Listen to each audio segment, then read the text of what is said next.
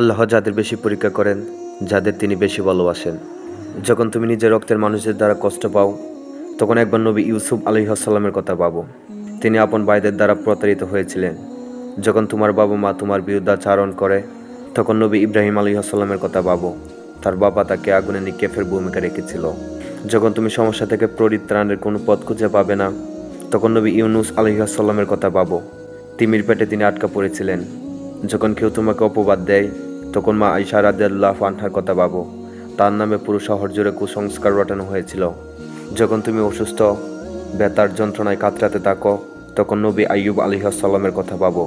তিনি তোমার চেয়েও বেশি অসুস্থ ছিলেন। যখন তুমি দিনের কোনো বিধান নিয়ে যুক্তি খুঁজে পাও না, তখন নবী নূহ আলাইহিসসালামের কথা ভাবো। তিনি কোনো প্রশ্ন ছাড়াই মরু অঞ্চলে নৌকা তৈরি করেছিলেন। যখন তুমি আত্মীয়, পরিবার, বন্ধুবান্ধব কিংবা অন্যদের উপহাসের পাত্রে পরিণত হও, তখন শেষ নবী রাসূল সাল্লাল্লাহু আলাইহি ওয়াসাল্লামের কথা ভাবো। রাসূল সাল্লাল্লাহু আলাইহি ওয়াসাল্লাম বলেছেন, সবচেয়ে কঠিন পরীক্ষা থেকেই সবচেয়ে বড় পুরস্কার আসে।